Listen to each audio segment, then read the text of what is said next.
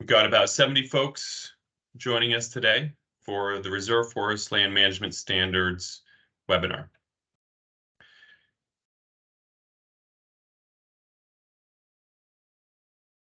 The Reserve Forestland Standards, the process for developing this enrollment category and use value appraisal started a couple of years ago. Started with passage of Act 146 in 2022, creating the enrollment subcategory, and there's been a lot of input the last couple of years to develop these standards. In 2021, there's a Reserve Forestland report that outlined a potential approach for establishing a Reserve Forestland category. And then when Act 146 passed in 2022, there's a lot of work to develop some standards for a report that was submitted in December of 2022. The work involved an internal working group, Private Lands Advisory Committee. We launched a Reserve Forestland website with an associated announcement and had some in-person meetings, one on November 4th of 2022, and also had a webinar with some folks, conservation partners, on November 30th. We engaged the Current Use Advisory Board on this and have been working with property valuation and review continuously on this as well. And more than that, and in an extremely valuable way, a lot of one-on-one conversations with folks who had questions, concerns, ideas about how to make this successful. So thank you, everybody, for your input. We're glad to get rolling. I am Keith Thompson. I'm the Private Lands Program Manager with Vermont Forest Parks and Recreation. So I help coordinate the work of the county foresters and the forest land elements of the UVA program. Today, we're going to be covering a lot of bases here. And as I mentioned before we started recording, after each section, there's going to be a chance for discussion. I hope folks will put questions in the chat, and we'll also put feel free to turn on your video, turn off your mic, and ask questions. We'll have about 10 minutes after each section to get clarifications. Today, we're going to kind of do an overview of eligibility, look at some examples, and kind of dig into what confers eligibility for parcels enrolled in Reserve Forestland. Then we're going to talk about some management standards, what is required and what's allowed on lands enrolled in Reserve Forestland. Then we're going to talk about determining eligibility and mapping standards. We have created some resources and can talk about some workflows to help make this smooth for folks. And importantly, how to engage folks if properties ineligible. From there, we're going to touch on each of the new plan standards or modified plan standards, and then conclude with touching on some additional training opportunities that are going to be available for folks. So we'll dive in. As we go, I sent out an email yesterday to everybody who registered and gave the link to the Reserve Forestland website. Right now, there's a lot of resources available supporting navigation of this enrollment category. There's the new publication by Tony D'Amato and Paul Catanzaro, Restoring Old Growth Characteristics to New England's and New York's Forests. That's a really valuable resource. Some of the standards tie back to metrics contained in that document. So it's really important that folks are familiar with that. Beyond that, it's a very useful resource to help consider what management options can effectively advance old forest characteristics. Also, there's a link to the Reserve Forestland standards. Those standards are functionally excerpted from the report that was submitted in 2022. The report was the legislative report and contained a lot of introductory content and concluding content. And so but contained within that report were the standards themselves. And so those standards are excerpted from that and available there. Also, we've got landowner overview, the use value appraisal brochure that folks have seen pretty frequently through the years. We've adapted that a little bit this year to call attention to various sections of the brochure and more fully articulate the enrollment categories that are available for folks. We recognize that there are a number of enrollment subcategories in forest land that landowners are often not aware of. So we wanted to take some time to really call that out. And to supplement that, we've also created a Reserve Forestland brochure that takes a landowner-friendly approach to articulating what the standards are, what the requirements are, and some considerations if their land isn't eligible for reserve forest land, stressing that management for forest products and management for acceleration of old forest characteristics are compatible. I think that's a message that I want to make sure that as a forestry community, we're really driving home to folks. In addition to that, we've got some mapping resources available. They are for GIS software packages. There are ArcMap layers for steep slopes, riparian areas, significant natural communities that are mapped in the state. There are also ArcPro layers for folks who are using that. We'll talk a little bit more about that later on. And finally, there is an eligibility and acreage chart worksheet that folks may not use it every time, but it may be a useful tool to start the process. No, I'm not mute. I'll remind folks, please mute your mics for the webinar. Thank you.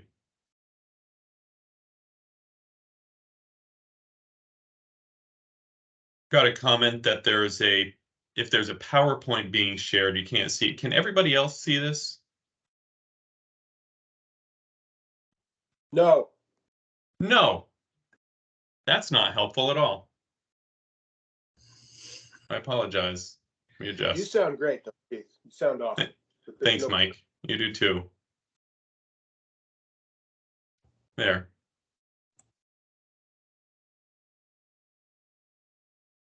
Yes. We're back. All right. All right. Now we're cooking with gas, I guess. So, Reserve Forestland website has all these resources that I just discussed.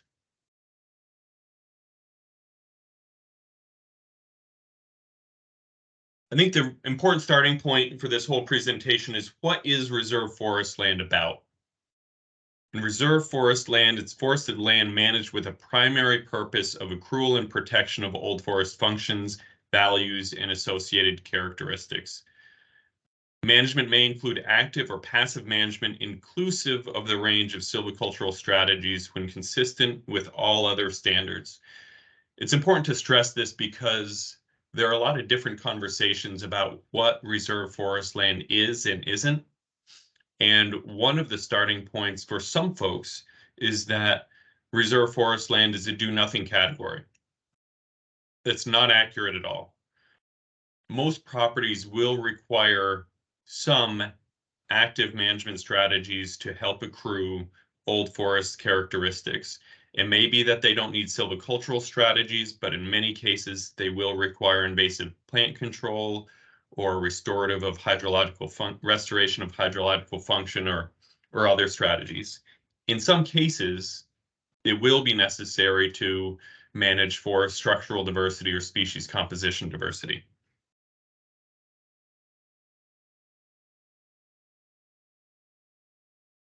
I want to check in with folks. I want to make sure that we're still rolling here. Folks can see my screen. Yep, we got a thumbs up. Thank you. So, in terms of general structure, reserve forest land is part of the managed forest land category in statute. That means that the mechanisms that apply to forest land, to productive forest land that we're familiar with, also apply to reserve forest land. So the forest land use value is the same. the lien mechanism, the requirement to not develop land and to manage according to the management plan, is the same. Reserve forest land is subject to commissioner's minimum management standards. That's what we're talking about today. A management plan is required every 10 years. And when activity is conducted on reserve land enrolled as reserve forest land, FMARs are required when activity is implemented. That means that even if the activity is just invasive plant control or AMP implementation, things like that, an FMAR is required. That's really valuable to demonstrating the integrity of the enrollment category, and that even if we're not harvesting timber, there's still good work happening on these lands enrolled in reserve forest land. So that's the backdrop for the enrollment category. We're going to dive into eligibility. The statutory eligibility is as follows. Parcels that have a minimum of 25 total enrolled forest land acres, of which 20 acres are forested productive soils, so site class 1, 2, or 3, may be eligible for enrollment of reserve forest land. I'm going to pause there. So that first sentence is basically saying if it's not eligible for productive forest land today, it's not going to be eligible for reserve forest land starting on July 1. So in terms of folks' questions about, well, is my property now eligible? Because it wasn't eligible before. If the parcel wasn't eligible, kind of independent of management objectives and things like that, if the parcel wasn't eligible last year, it's not going to become eligible now. So if it is eligible and meets that basic eligibility requirements, then there are 2 tiers of eligibility that the legislature created. So parcels that are greater than or equal to 100 acres, 30% or more of the enrolled parcel acres need to be composed of significant and sensitive conditions per program standards. We'll talk more about what significant and sensitive conditions are, but I want to stress something here. It's 30% or more of the enrolled parcel acres. So that is forest land, any forest land category plus any agricultural land. That is the basis of determining percentages. It's not the grand list acres. It's not the forest land acres. It's the enrolled parcel acres. And we've got some tools to help folks navigate this as well. For parcels that are less than 100 acres, 50% or more of the enrolled parcel acres need to be composed of significant and sensitive conditions per program standards. So once a parcel is determined to meet the reserve forest land eligibility threshold, then some or all of the UVA eligible forest land may be enrolled as reserve forest land. So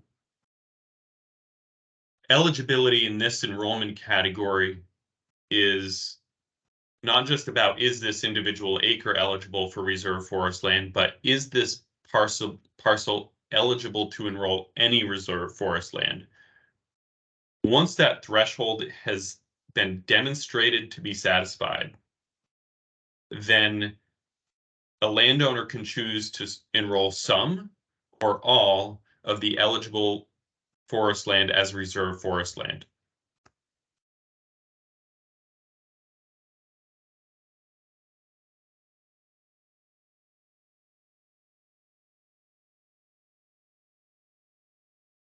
So the significant and sensitive conditions are really largely the ecologically significant treatment areas. There are 6 ecologically significant treatment areas. Natural communities of statewide significance. It's basically S1, S2, or S3 communities, A or B ranking, and some of the S1s can be lower ranking. Rare, threatened, and endangered species, the current standards apply. Riparian areas, I'll come back to details on this in a little bit. Vernal pools, forested wetlands, and old forests. For the most part, all of the ecologically significant treatment areas, the same standards that have been applied for the last 13 years will apply today. But in riparian areas, we've provided a clarification. And the reason for this is because there will be an incentive to, for some, to take full advantage of the opportunities to enroll land as reserve forest land. And one of the things that we recognize is that riparian areas exist on a gradient. And we wanted to be clear with folks, and this is consistent with how it was modeled when we were talking about this in 21 and 22, 2021 and 2022 with the legislature, that the riparian areas along streams are going to be limited to 100 feet on either side of perennial streams and around lakes and ponds, and 50 feet on intermittent streams and wetlands, unless a justification for a wider area of riparian function necessitating protective or conservation management is provided. So a justification for a wider area of riparian function might be in a floodplain or something like that. It is important also to stress that riparian areas are where riparian functions are being provided. So if that 50-foot buffer or if that 100-foot buffer extends into a parking lot or a cornfield or something like that, it doesn't make it a riparian area. It's not gonna pass muster for this. So as we get into the mapping layers, that's going to be an important distinction, that even though we've mapped buffers in areas, it doesn't mean that the conditions on the ground are actually providing that function. We are thinking it's going to be helpful for folks to quickly and efficiently identify those areas, but folks will need to verify that the areas that are mapped as ecologically significant treatment areas actually are providing the values and functions to meet eligibility requirements. Site 4 lands. This is a holdover from existing standards. That is also a significant and sensitive condition. And special places and sensitive sites, also an existing standard. It's rarely used. These are always small areas. They're pretty flexible. Think a cemetery or an important heritage site or something like that. If we start getting into large areas in these special places and sensitive sites, then we'll need to revisit this. They really need to be limited. The newest thing here are steep slopes, and steep slopes are exclusively applied for this for reserve forest land. They're not applied as a new ESTA or new enrollment category outside of reserve forest land. But forested steep slopes include slopes that are 35% or more and associated minor inclusions of inoperable areas that may contribute to significant and sensitive conditions. So basically, these minor inclusions are basically 2-acre chunks. Think a bench on a cliff slope or something like that. That isn't 35% slope, but it is really part of the steep slope area. They exist all over the place. We just didn't want the delineation of these areas to be overly granular. And so we wanted to lump in some of these minor inclusions. So these are the significant and sensitive conditions. Most of these we're familiar with. Steep slopes are new. Some examples of eligibility, and I've used the layers that are available online on that Reserve Forestland website in this. These are statewide layers. So in this example on the top, we've got an eligible example. This is a parcel less than 100 acres. This is 85 enrolled acres. It's all forest. And on this property, we've mapped 53 acres of significant sensitive conditions. They're all steep slope. 62% of the enrolled parcel acres are comprised by significant and sensitive conditions. This parcel is eligible.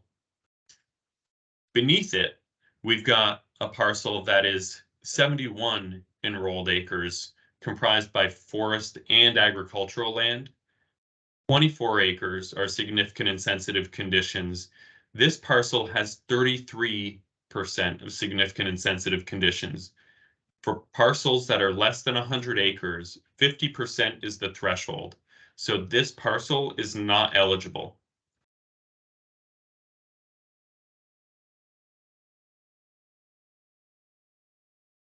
An example for parcels greater than 100 acres.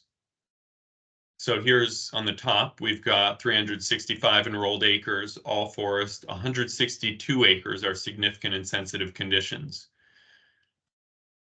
So 44% of this parcel are significant and sensitive conditions, and it's eligible because it's greater than 30%. So we've met the threshold here.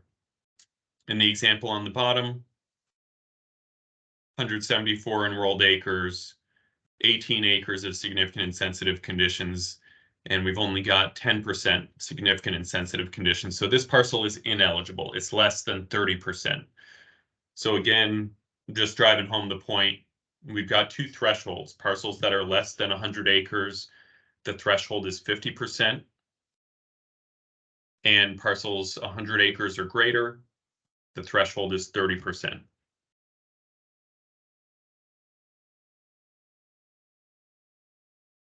We've got a worksheet that we've created for folks.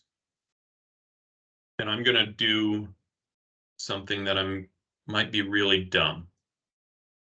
Trying to change what people are seeing. Are people seeing the worksheet now? Yes, I see John nodding. Thank you, John. I'm going to zoom in here.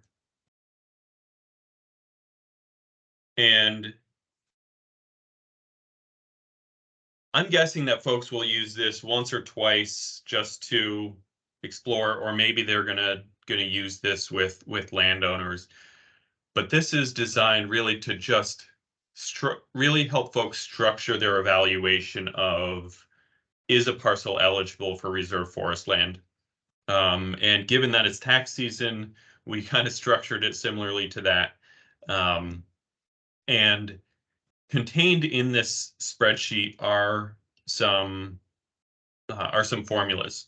And so we can just go through this example. What is the property size? We're going to say it's 87 acres, grand list. We've got 2 acres excluded. So line 1, 87 acres. Is the value of box 1 less than 25 acres? If yes, go to line 3. If no, it's ineligible for any UVA category. So we're more than 25 acres, any UVA forest land category, excuse me. How many acres are excluded? We've got 2 acres excluded, so logically, we've got 85 acres that are being enrolled in the program. So now we're back to the eligibility question. Is the value of box 3 greater than or equal to 25 acres? If yes, go to line 6. If no, it's ineligible for any forest land UVA category. We've got some asterisks because if the land is crossing town boundaries, if the land is owned by a farmer and part of a farm unit, there may in fact be some forest land being used eligible, but explaining all that in this worksheet wasn't going to actually be helpful. So in line 6, this is a yes or no question. Of the acres to be enrolled, are more than 20 acres forested productive soils? So we know that we've looked at the map. Yeah, there's some wetlands there, but the vast majority of this is productive soils. So we're not worried about this. And this is important because and I've gotten calls about this, there are properties where the vast majority of the property is wetland. And they've called me asking, hey, is my property now eligible for this? And they've got 2 acres without water, and the answer is no. It's not eligible for this. And that's disappointing, but that's important for folks to be able to evaluate. So we ask, does box 4 equals yes? If yes, then go to line 8. If no, ineligible for any forest land UVA category. So now we're getting kind of beyond the base UVA eligibility into the reserve forest land eligibility questions. So line 8, how many acres of the property are composed of each of the significant and sensitive conditions? Each acre of the property can only be represented by one of the conditions, no double counting. So if we've got steep slopes and riparian areas, we only get to count one of those. So on this property, we've got 5 acres of natural community, and most frequently, the examples are going to be riparian areas and steep slopes.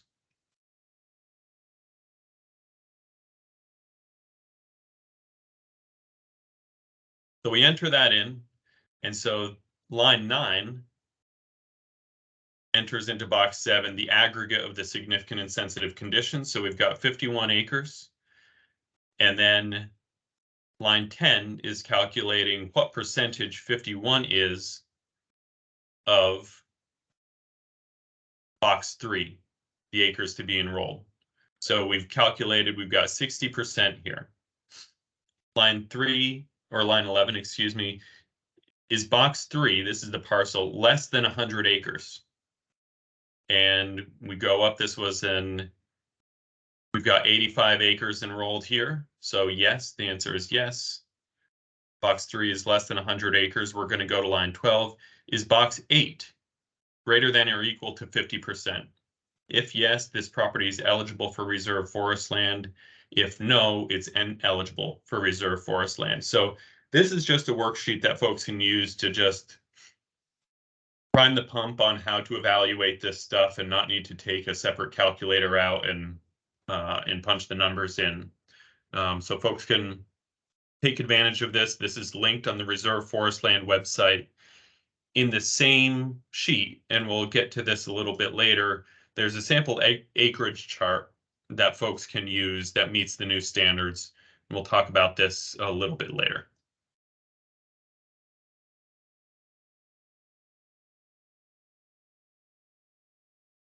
So we've now covered the eligibility section. I'd like to take some time to ask questions or see if anybody has any questions about eligibility for reserve forest land. Joe. Yes, just 2 questions. One, if you've got a 500-acre parcel and you got 50 acres of productive forest and 450 acres of wetland, how does that work with the eligibility?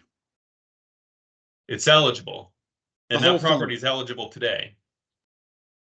So you meet the 20-acre. So the way I think about that, you meet the 20-acre threshold.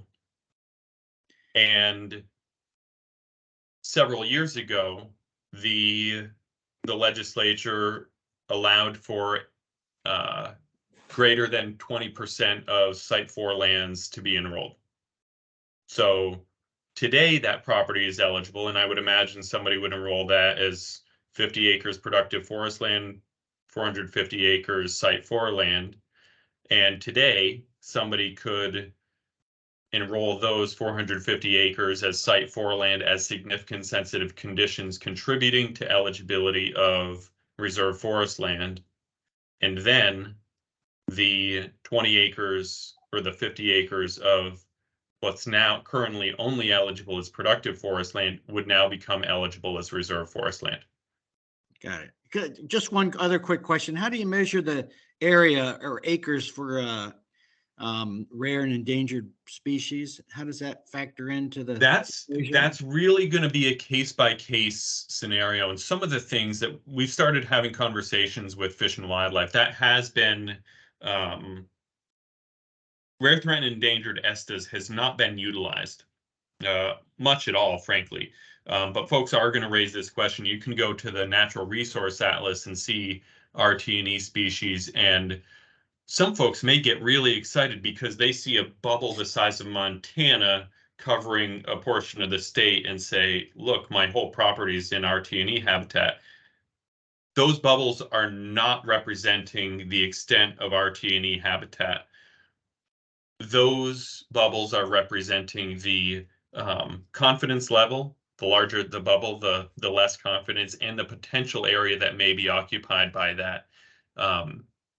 The RT&E ESTAs require that the minimum area necessary to protect the species may be enrolled as an ESTA. And so if you've got a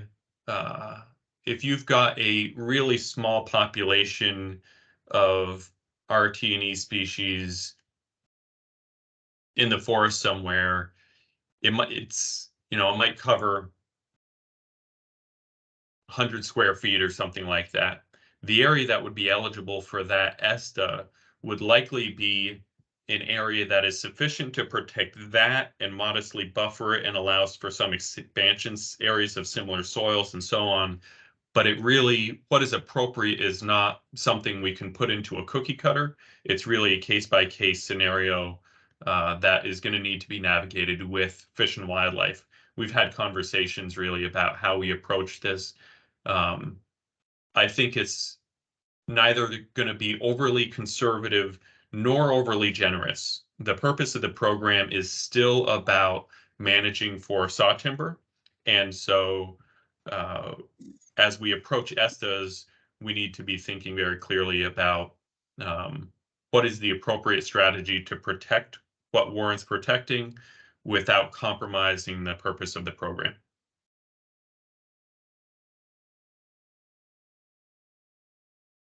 That work, Joe?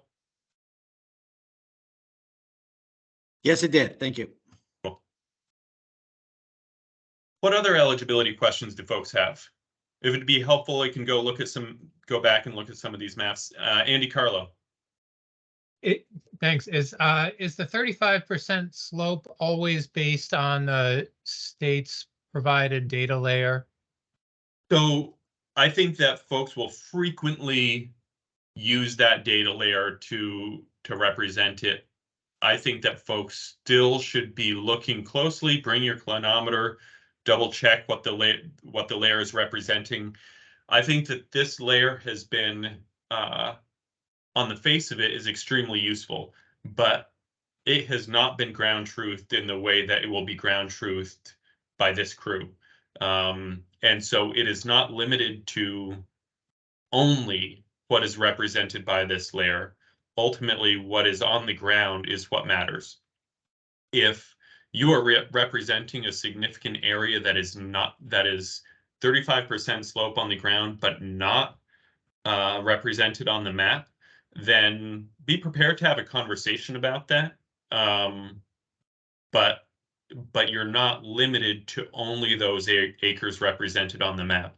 I have seen areas where on the map on parcels I'm familiar with where it feels like it's almost all right, but there are areas where I'm like, I think there's a good section of slope there that isn't represented on that map, and I'm not certain.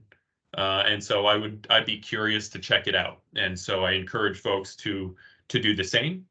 And if it's not accurately represented on the map layer, then don't hesitate to include that in your eligibility chart. But do be prepared to have the conversation of, yep, I checked this out. It's all good.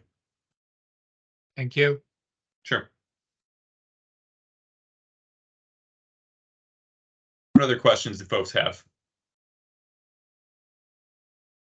I see a hand up here, but I can't see who it is. Steve. Hey, Keith, I had to step away just for a couple minutes, but I didn't hear when I got back anything about ag or open acreage counting towards the total. Did you go over that? Yeah, so okay, you don't need to rehash it. Yeah, ag and open isn't going to ever count towards significant and sensitive conditions, with the exception of some the rare case of RT&E species, but the ag and open is considered as is part of what is calculated in the percentage of land. So if we need 30% or 50%, depending on the parcel size, of all enrolled land to be composed of significant and sensitive conditions. So that does get included in the denominator. Yep, thanks. Ian.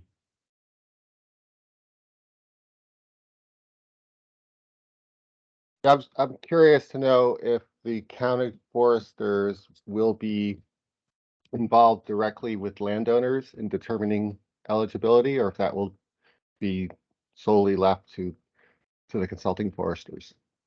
I think it is largely going to be left to the consulting foresters, but it won't be exclusive. And I think that's really how it is today.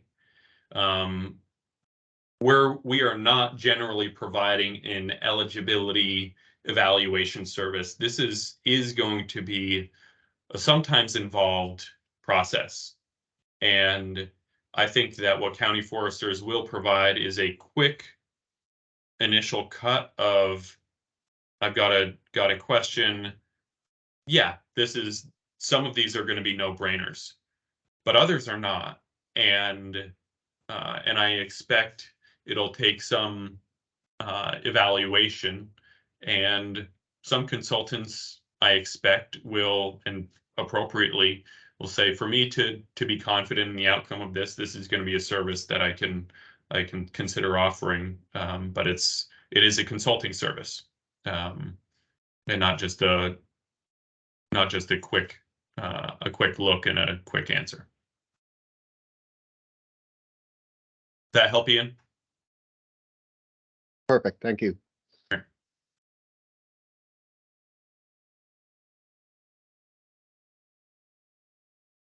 Any other questions? Hale.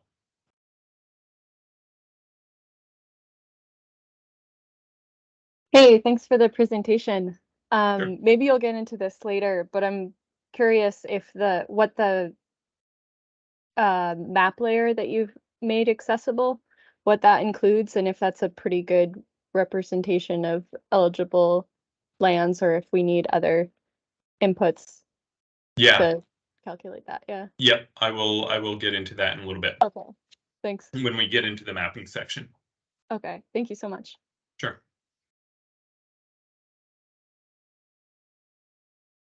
Yeah, in preparing the presentation, a lot of this is a chicken or the egg thing.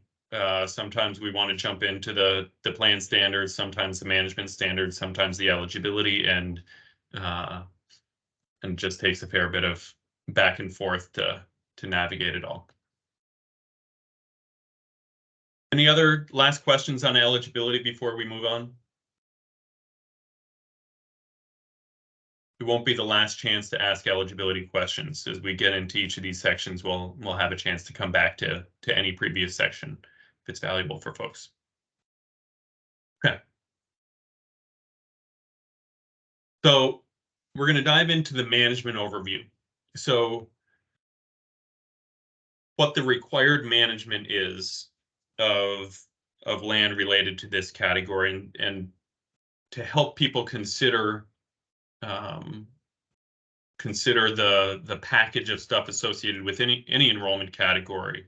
We've got eligibility criteria, management requirements, and plan requirements. And so we've already gone over the eligibility requirements. We're going to dive into the management requirements. I think this will be helpful to think about what is possible, what is appropriate, what is required on enrolled land. And this is going to tie back to what's contained in the plan and how we describe the land enrolled in these categories. So as I mentioned previously, the eligibility, and this is true also for the management, the ecologically significant treatment areas, Site 4 land, special places, and the sensitive sites are managed to the current standards. Some folks have asked, can I demonstrate eligibility of, say, use a natural community that's present to demonstrate eligibility for reserve forest land, but not manage it for that natural community? The answer is no. If you're going to use land to demonstrate eligibility for reserve forest land, it needs to be managed consistently with the enrollment category that confers that eligibility. So, but steep slopes, those are managed, those are a subset of reserve forest land. And so we'll dive into reserve forest land now. To start off, and this is going to really tie back to the plan standards as well, it's important to think about the management of reserve forest land is to manage it for accrual and protection of old forest values, functions, and associated characteristics. And so it's not just one of them to the detriment of all the others. It's really managing for the aggregate and the collective functions, values, and characteristics. So we're not going to ever maximize one to the detriment of the others. It's really trying to move these values and characteristics together, even though at sometimes there may be a bit of a balancing act to advance some. So I'll touch on briefly some of the elements that we're thinking about here. So forests with a critical mass of old forest characteristics can provide important contributions to native biodiversity, wildlife habitat, hydrologic regulation, carbon storage, forest resilience, localized cooling, and climate buffering. So again, I want to stress old forests can provide important contributions to these characteristics. I want to stress that I know and deeply appreciate that these values, these functions, are not exclusive to old forests. And in fact, many forests managed actively for forest products and in certain ways can provide very unique contributions to some of these characteristics. But old forests provide an important segment of this as well and can complement the broader suite of values. So the characteristics of old forests include large old trees, spatial variability in tree density and size, abundant down dead wood, multiple canopy layers, large standing dead trees, regeneration, and some unique plant communities. And so when we're managing our forests, whether it be passive or active management, we're managing for the suite of these characteristics. And it's these characteristics as they develop that really help to confer most of these values that old forests ultimately provide. So the last sentence of this, the paragraph at the bottom, management may include active or passive management inclusive of the range of silvicultural strategies when consistent with all other standards. And this was really important to stress that oftentimes there are some folks who think that old forest management is exclusively passive management. I think that this group largely isn't going to be coming from that angle, but there are many who will also think that management for old forest characteristics is almost always going to be, any treatment is always going to be an even age, or excuse me, an uneven age light touch treatment. And we wanted to stress that there will be scenarios where the range of silvicultural strategies will be appropriate. And we even, in our internal discussions, talked about, okay, you've got a plantation of non-native species. How do you manage that for old forest characteristics? And would it ever be appropriate to apply a clear cut? And ultimately, folks decided that there might be scenarios with sufficient retention of both standing trees and down wood that initiation of native regeneration and biodiversity, while there's retention of standing and down wood, that might be appropriate. And it would come at the cost of carbon. It could come at the cost of some of the cooling and climate buffering, but it would really accelerate the species diversity and the structural diversity and some other elements. And just want to acknowledge that and stress that management may include active or passive management, and it may be inclusive of the range of silvicultural strategies when consistent with all other standards.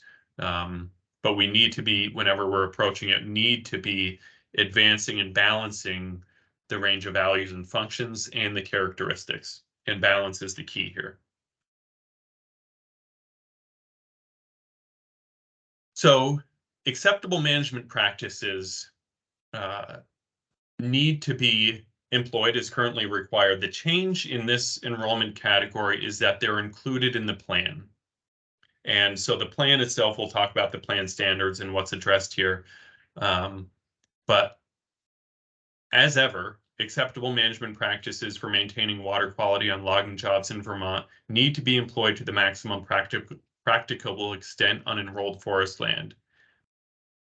A&P deficiencies resulting in discharges or likely to result in discharges require immediate attention. And so immediate basically means when it's operationally feasible, you got to get out there. And so that's, imagine you've got an A&P issue. We find it in the winter, you find it in the winter. You recognize it's time to, we got to address it. And when the snow thaws and the ground is firm enough, that's time to get up there as soon as the ground is firm enough to do it. A&P deficiencies not resulting in discharges and where they're not employed to the maximum practicable extent must be addressed as soon as is practicable. Strategies to resolve A&P deficiencies need to be prescribed in the forest management plan. And this is really the result of some of the things that we've seen where management of conserved parcels, where there's no more entry of machinery or operational stuff. Some of the legacy A&P deficiencies and things like that continue for the long term and at times fester and get worse.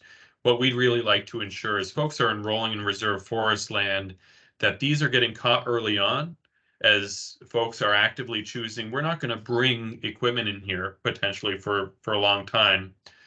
We want to make sure that the A&P stuff is addressed proactively in productive forest land. And these really isn't a change in these standards, but in productive forest land, there are continuous opportunities because there's continuous activity on land enrolled in productive forest land. For invasive plants, the summary of the standard is eradicate it where it's possible, and where it's not, make progress. More specifically, invasive plants on UVA enrolled forest land shall be managed, reserve forest land will be managed to protect and enhance attainment of old forest functions and values of enrolled forest land. Where practicable, strategies to prevent and eradicate non-native invasive plants are required. Where eradication is not practicable, ongoing reduction of the extent of invasive plant infestations and reducing the risk of spread must be pursued with demonstrably effective strategies. Control of invasive plants within an enrolled parcel shall be defined by invasive species management strategy prescribed in the forest management plan. So when we get to the plan standards, we'll talk about what that will look like. But for invasive plants, the goal here really is to ensure that land enrolled in reserve forest land isn't moving backwards in terms of invasive plants, that we're making progress. And any invasive infestation starts with a handful of plants. That's the time to deal with it. And especially if we're looking for old forest functions and values, where we're talking about species diversity, we're talking about structural diversity, there are few things that do a better job of getting in the way of that potential, that opportunity to regenerate, than invasive plants. And there's a real risk if we, as some have considered this, a do nothing enrollment category, of land enrolling in this category and actually moving away from the ability to accrue old forest values and functions. And I think that'd be a real disservice to the enrollment category and to the integrity of this category if that was one of the outcomes. There will be properties where doing this invasive control on every acre is really not practicable. And we've been specific in some of our language that the management strategy is considering the parcel, and some areas really need to be prioritized over others. This is going to be one of those areas that we need to spend a lot of time calibrating on, talking to each other about what is a consistent and effective approach to doing this, while also realistic and reasonable.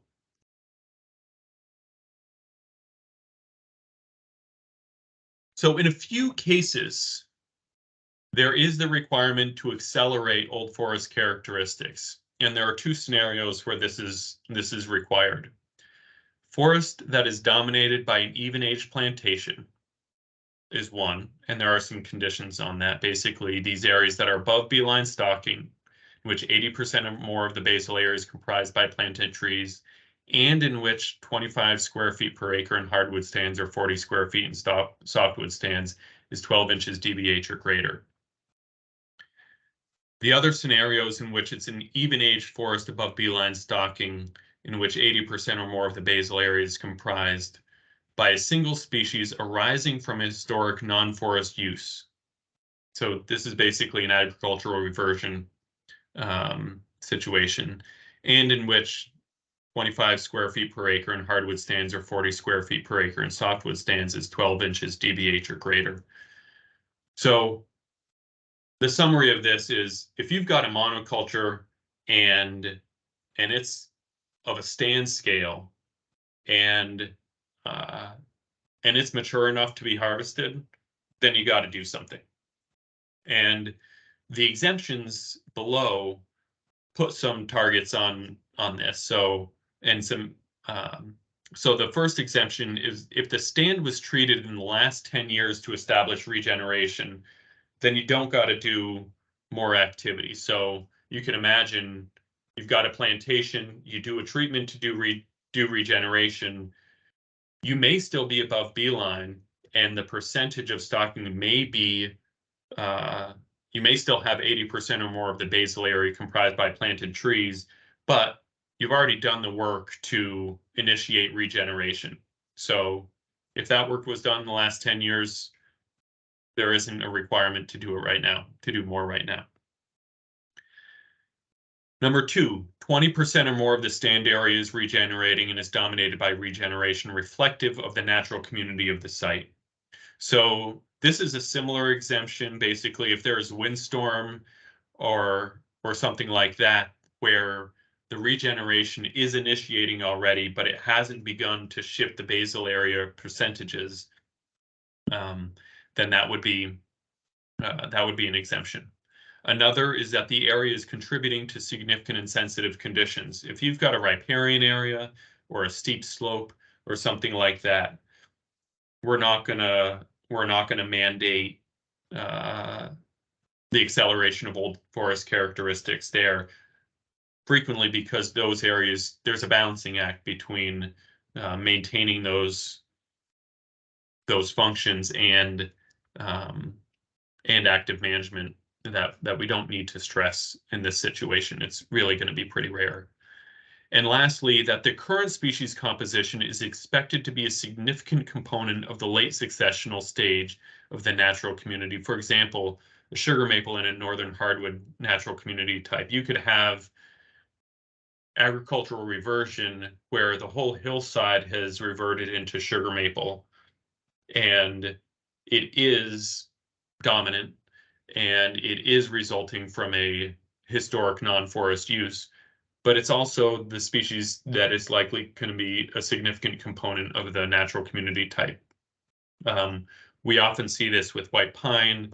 We'll see it with beech and other scenarios. So this is another example that's going to be a little bit more gray. For what it's worth, the conversation with the county foresters is, well, who defines this? Ultimately, when there's a question about if an exemption applies, if there's a tie, it goes to the landowner. So that's the way we're going to navigate it, and it will take some calibration to figure this out, but I hope folks are game for that. Here's an example of an area that would likely need some acceleration to old forest characteristics. And one of the things I know is going to happen is, well, how much is enough? And ultimately, the standards and the exemptions are such that you could go light touch early on, but you will come back into the requirement to manage it if you go too light early on. You're still going to need 20%, eventually need 20% of the stand regenerating into native species. You're still going to need to get below 80% of a single species over time. And so folks are going to need, if they go light early on, they're just going to need to keep staying in that process. So finally, there are a couple of other specific details. Salvage of trees on reserve forest land is not allowed. And the reason it's not allowed, we qualify this, but the reason it's not allowed is because falling trees is such a fundamental part of accruing old forest characteristics that to salvage would be really inconsistent with that accrual. But it's not universal. If it's the minimum necessary to allow continuation of an approved compatible use, so like clearing of trails, something like that, or to address human safety or forest health concerns and is approved by the county forester. So if you've got a plan and you're talking about you're enrolling it in reserve forest land, or the landowner is enrolling in reserve forest land, and there's going to be some salvage going on, mention some of the uses that the property is going to have, just to acknowledge that where salvage is conflicting with these uses, or where falling trees is conflicting with these uses, and the use is compatible with old forest, then that'll be fine. Where it's a human safety or forest health concern, we'll take that on a case-by-case basis. Submit an amendment and we'll navigate that.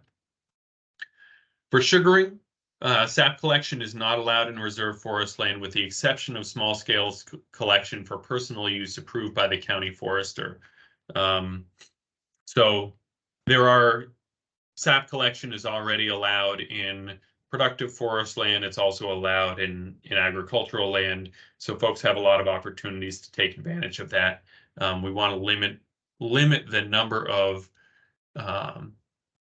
conflicts and tensions among management objectives, particularly because sugaring often is favoring individual species and often creates conflicts with downwood and things like that. So not that it can't happen, but probably not appropriate to use this category for commercial scale operations. So we are done with the management sections of this. What questions do folks have about this? Ian? Yeah, Keith, I'm curious about oversight of this aspect of the UVA program. Do you think it will be consistent with what we've seen with UVA programs to date, or do you anticipate a higher level of oversight on these properties? I expect it to be consistent. And I think that as we're one of the things that we have talked about is really, I think oversight and support may be different. I think early on with this new enrollment category, there has been a conversation about, as folks are enrolling in this category, trying to be present with the landowner and present with initial enrollment so that folks really understand what old forest values and functions are and what strategies support them. One of the things that we want to make sure folks are, the opportunity we want to take advantage of is that folks are sometimes enrolling in this category because they have an aversion to active management and they have a certain preconception about it. And we would like to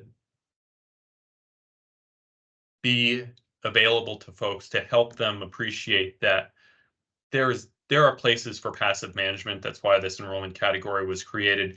But if folks are enrolling in this category because because they think that forestry is in conflict with ecological health or the various functions of old forest. We want to help them appreciate that in some cases it isn't. And while they may not be required to actively manage their forests, we'd like to make sure that they have as much information to be informed about the choices that they're making. That's what we'd like. And so, and it's hard to distinguish that in some, or differentiate that in some cases from oversight, but it's because they are related.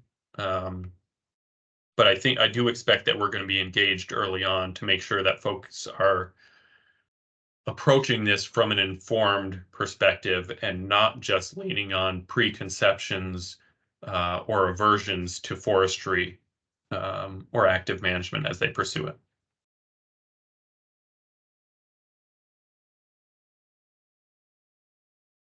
Carbo?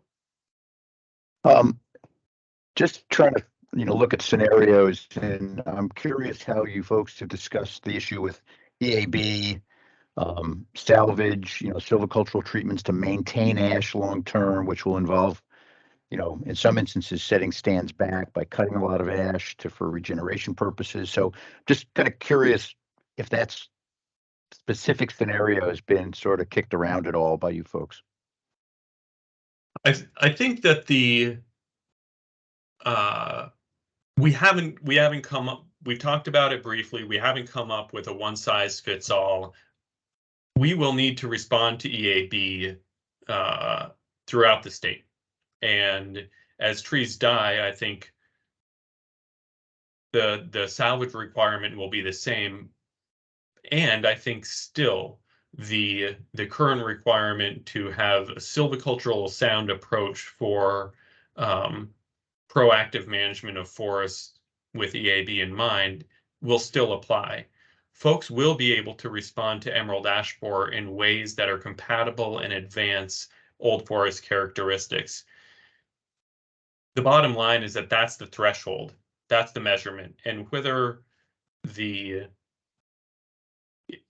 or not EAB is playing a role in that decision-making process is less important that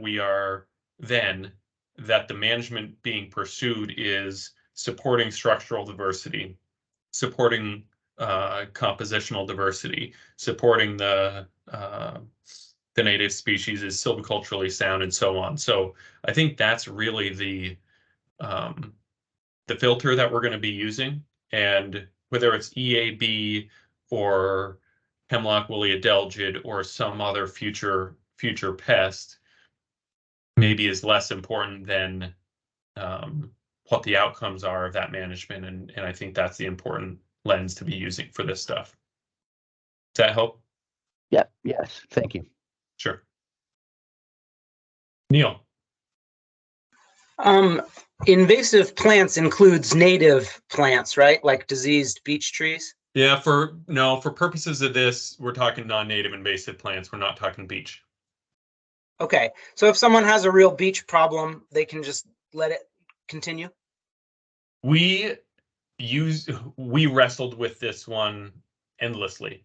And ultimately we decided that's not the fight we're going to pick on this. And so they can let it continue. I think that's part of our work, is to really help folks appreciate what opportunities and strategies we've got at our disposal to make a meaningful impact and progress towards old forest characteristics. But ultimately that is in most cases going to be an option. I need to know the details of the property and so on. But as I mentioned, that threshold for when is management required in most cases isn't going to be pulling in heavy beech stands. And so they will have the opportunity in most cases to not be obligated or required to, what we would say, deal with that problem. Okay. And the ferns would be a similar kind of same category thing. Could be, yeah. Okay, thanks.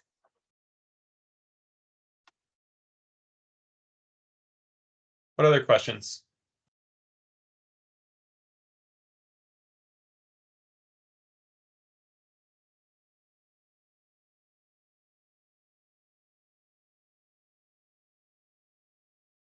All right. So we're gonna go into mapping now, and after this, we'll do questions, and then we'll do a 5-minute break for folks. So Hale, you had asked the question about the layers, and we did not produce a layer that covers all significant and sensitive conditions. We produced some layers that covers the most frequent and large scale significant and sensitive conditions. So like the wetlands layer or the soils layer, things like that. We haven't pulled that out for folks. So folks will still need to be using that. But what we recognized folks were missing that they didn't have was a steep slopes layer, a riparian area layer, or natural community layer. And so that's what was provided and is available for folks. I'm already thinking about ways to help make this more valuable for folks. I want to stress these layers are provided for folks' convenience. They may not represent on-the-ground conditions. And so it's going to be up to plan preparers to confirm the accuracy of the conditions. Steve asked if they are going to be put on the ANR Atlas. Yes, we're going to work to make them available on the ANR Atlas. But these are the layers. As I mentioned before, the steep slopes layer, when the original cut of this had a bunch of very small holes, like individual pixels that were pulled out from the layer. And we really wanted to make sure that that's not what folks needed to navigate when they were calculating acreage or depicting this. This is already going to make the UVA maps pretty complicated. We acknowledge that. And so we wanted to add to their simplicity a little bit by lumping in those minor inclusions. So that's there. Again, we can even see on this layer the riparian area along the western side of this parcel is crossing through some developments and some home sites and things like that. And so the riparian area is really just based on a buffer of an existing pond or stream layer and may not represent on the ground conditions. So it's going to be up to folks to only include those areas that are eligible in the map and in the areas contributing to significant and sensitive conditions. One of the things that you'll recognize as you start to work out as you start to use these layers is, and you can see this again kind of set on the western side of this parcel, just south of the point where the parcel meets the road, there's an area where the steep slope overlaps and intersects the riparian area. Beneath the steep slope is the riparian area. And so if you are calculating acreage and you just calculate the riparian area in this parcel, in this area where there's overlap, and calculate the steep slope there, you'll end up double counting. And that will result in too much acreage or an inaccurate reflection of this. And that's going to be one of the things that takes some work in using these layers. We're considering potentially reissuing a kind of raw data set like this, where each layer works independently, but also thinking about creating a flattened data set that somehow either clips these layers to each other or flattens them so that we eliminate the double counting. We need to figure out what the best approach is for doing that. So this is going to be an evolution. And again, appreciate your thoughts on what would be valuable It needs to work for the state, or it needs to work for most consulting foresters, so we may not be able to apply every recommendation, but something that benefits the average and benefits most folks is something that we'd really like to help folks navigate this stuff. So this is what I was just diving into, and this is another good example of that. We've got a lot of steep slopes overlapping riparian areas. Folks are going to need to choose how to represent the significant and sensitive conditions on the land, and I think and how to describe it in the management plan. My instinct is to prioritize preservation of natural community areas, and then from there prioritize preservation of riparian areas, and then where steep slopes exist outside of riparian areas, natural communities, or other ecologically significant treatment areas, that those get mapped. That's going to be a workflow that folks will need to create for themselves in their mapping process.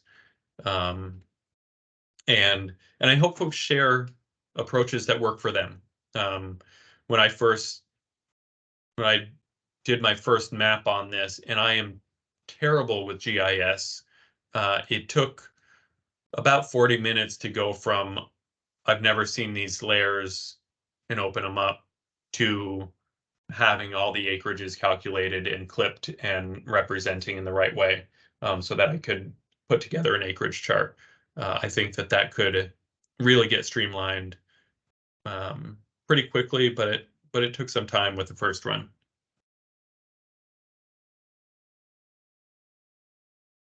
So because we're adding this new eligibility threshold, there is a requirement that land being enrolled as reserve forest land has some additional elements in the map.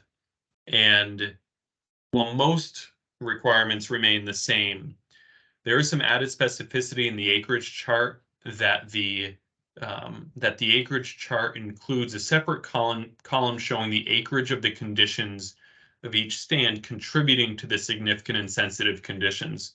This will allow us and property valuation review to quickly evaluate and confirm the eligibility that you're representing.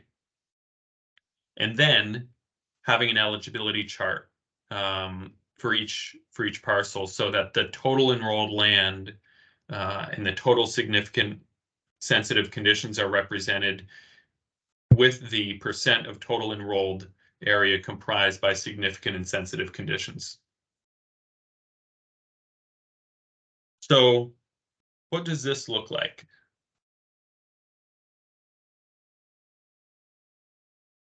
So basically, folks will see the area, the enrollment type, the stand, mapped area, prorated area. That's standard for a chart, an acreage chart.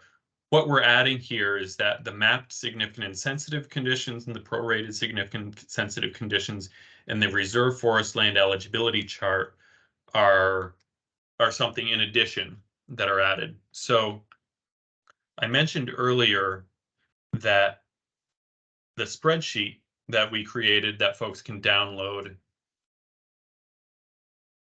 has an acreage chart. I'm going to zoom in. Before I do, I want to acknowledge that this acreage chart may not suit all enrollments. If a parcel crosses town boundaries, additional stands are required, or agricultural or open lands require distinct units, then somebody may need to adapt this chart. We're going to be thinking about how we might adapt it to help folks. But this chart is password protected. If you download this, there will be some fields that you can manipulate, some fields that you can't.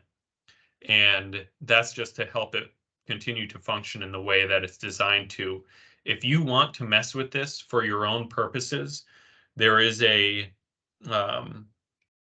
little box here that describes that the password is reserve forest land. If you want to start messing with it, you can go to review up at the top, click unprotect sheet, enter reserve for, and that'll unlock it and you can manipulate it. If you totally break it, just download it again. So I'm just going to quickly, I'm going to zoom in here a little bit and just demonstrate how this works. And so let's use that parcel. I'm not going to remember all of them, but before we had an 80, I'm just going to start with grand list acres. 87 grand list acres, we had 2 acres excluded. And I'm going to say here that I've got 3 reserve forest land categories, excuse me. And as we create this, just like we do normally, trying to lump any similar enrollment categories into the same in succession is going to be helpful. And so I actually don't have all of those stands, but this is northern hardwood poles. This is northern hardwood mature. This is hemlock hardwood. This is northern hardwood. And so for the mapped acres, for this, we've got 15 acres here, got 32 here, 27 here, and we've got 13 here. So this is automatically calculating the prorated acres because all the forest land enrollment categories are here. So if I added some land to open idle or active ag, it'll adjust the prorate. And then in here, all the riparian esta, I mapped it as 13. That goes right there. And then we've got this has 6 acres of steep slope here. And then this one is mostly steep slope here. We've calculated the mapped acres. I'm going to zoom out just a little bit so folks can see all of it. Significant and sensitive mapped column is 46 acres. Significant and sensitive prorated acres is 44.94. We've got the prorate here, and then I'm going to scroll all the way down, and this reserve eligibility chart is automatically populated. So we've got 44.94. We're pulling the prorated acres from right here. We're pulling the enrolled acres from right here. And we're showing the significant and sensitive condition percentages right here. And so if this is the property and we've got a map to correspond to this, we're good to go.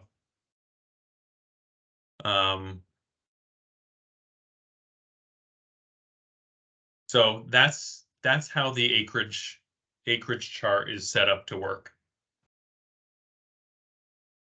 So folks can just see this full chart. There's something called a lookup table. This is where we have the drop-down menus for the enrollment type, and for that reserve forest land eligibility table to have the yes or no drop down for whether or not there's forget what it was for line 6. If we've got more than 20 acres of forested productive soils is there. So in most cases, I doubt you'll need to manipulate this sheet. And it may be that manipulating the reserve forest land eligibility sheet isn't very helpful, but I can imagine a lot of scenarios where getting the acreage chart working for your needs could really help. And it's really nice. I've never messed around with a pre-formatted Excel spreadsheet for an acreage chart, but to be able to do this without needing to take out the calculator is pretty sweet. So hopefully this is helpful for folks. If folks find ways to improve this, please let us know. So that's that tool.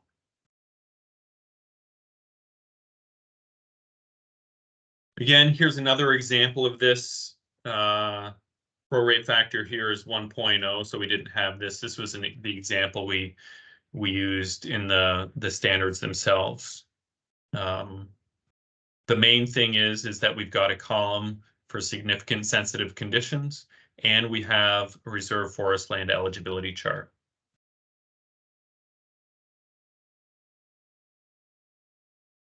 What questions do folks have on mapping?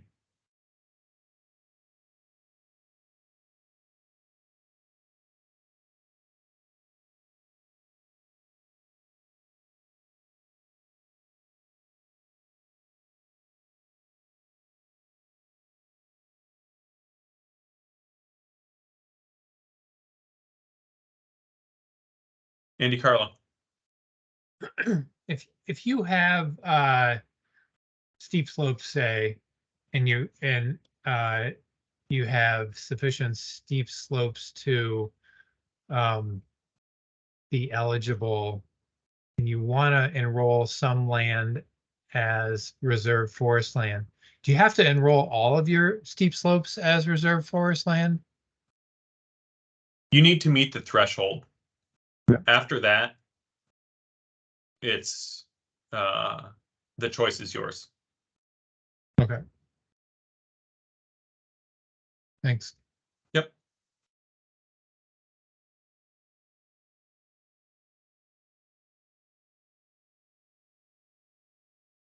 Kathy asked an off-topic question, which is a great one, and I'll take the bait.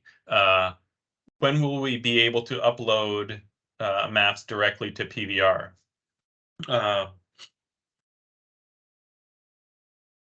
We are in conversation now with transitioning to digital maps with PVR and being able to eliminate the need for FPR to receive maps, to receive hard copy maps. And while we're not at a place of having them uploaded directly to PVR, I think that that's going to really break the ice when we iron that out. And so there's more light at the end of the tunnel than we've seen before on that, Kathy. I want to go back to a few questions that I didn't notice in the chat. And so Elizabeth or T. McLean asked, are landowners required to use chemicals for invasive treatment if that is the only reasonable way to reduce infestation? That's a really important question. The bottom line is that landowners are accountable to reducing the infestation. We are not mandating that herbicide be used. But if other mechanisms are not going to be successful, then a landowner may be in a position to choose between, may need to decide if they can meet the standout, if they can meet the program requirements in other ways. And so that is going to be what folks need to navigate. I have heard some folks talking about certain levels of infestations that they really are able to handle mechanically. I think that's going to be a really important communication job for all of us to navigate. Leo asked, you said that during the salvage discussion that removing for trails is okay, and are new trails going to be allowed? And we're not going to draw the line on saying new trails aren't allowed. I think that managing our landscape needs to have compatibility between recreational use, human use of the landscape, whether it be old forest or productive forest land, managing for forest products. If the trail network, and this is true for any enrollment category, the use needs to be compatible with the program requirements. If somebody is going to create such an intense trail network or have such a heavy recreational use that it is incompatible with active management, then that's not appropriate for productive forest land. The same would be true for reserve forest land. So it is a balancing act. We're not drawing a bright line on no new trails, but there is a point where where recreational use could create conflicts with the purposes of reserve forest land, and that's something that we all need to look out for. But if we were to draw a bright line to define that, it would be perfect on some properties and the wrong line on other properties, and so we aren't choosing to draw that line right now.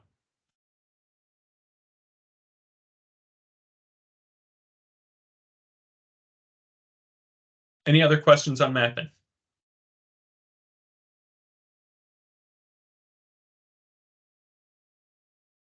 All right, let's take 5 minutes. We'll come back at 9:40 and pick up with plan standards. Thanks, everybody.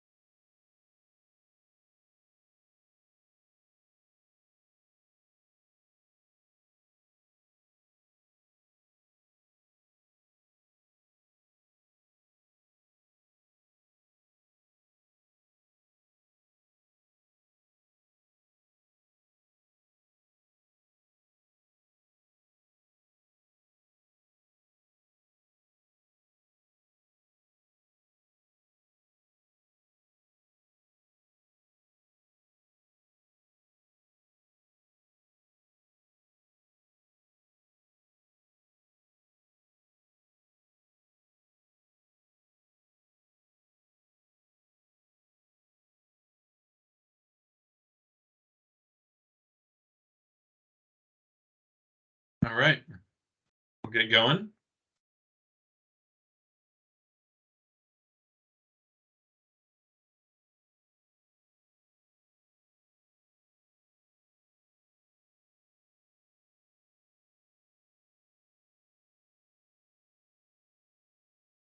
So as I look at this slide, I see most parcels will not be eligible as big and bold in all capital letters. Really not writing it this way or showing it this way to rub people's noses in it.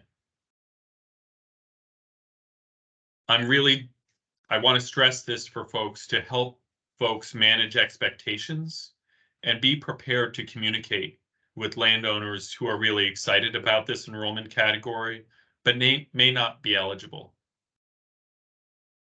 So only about 15% of parcels that are eligible for UVA are expected to be eligible for this enrollment category. I think a lot of landowners interested in this see an opportunity to realize the benefits of UVA in ways that are more compatible with their management objectives than they believe has been possible. That might be true, that there are new opportunities for them. What also might be true is that they look at forestry and what is currently required in UVA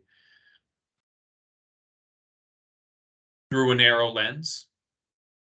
And that is on us, that we may not have effectively communicated what forestry can be, what the opportunities are for management, and how compatible it can be, not just with advancing old forest characteristics, but a whole bunch of other ecological values. And so I hope that as we inevitably are confronted with landowners who are interested in this enrollment category, but are not eligible, that we see that as an in, we see it as an opportunity to hear what their objectives are and help consider how forest management can advance their objectives while also being eligible for UVA. In a lot of the conversations about reserve forest land, I've heard folks defending forest products and defending the importance of them and defending forest management from kind of a historical context, and it is all appropriate, it's all valid, but I'm not sure it's effective at bringing folks on board, or not as effective as it could be. And so I hope folks will take this opportunity to hear what landowners' objectives are, really consider them, be compassionate towards them, and then help them see forestry in a different light. Because I think in most cases, there is a place for good, thoughtful forest management that helps to advance a variety of objectives that may not look like the management that is in the head of these landowners who are resistant to active management or resistant to the productive forest land enrollment categories. So I'll use that as just kind of a launching pad for some of this. But we'll dive into the plan standards now. And generally speaking, the plan standards and the requirements for reserve forest land include all of the requirements for productive forest land with some added specificity in a few areas and some new required descriptive elements. Before we dive into some of the specifics, I want to just touch on why these standards are written the way that they are, and I'll start from why the productive forest land standards are written the way that they are. The productive forest land standards are written the way they are because we're managing for saw timber.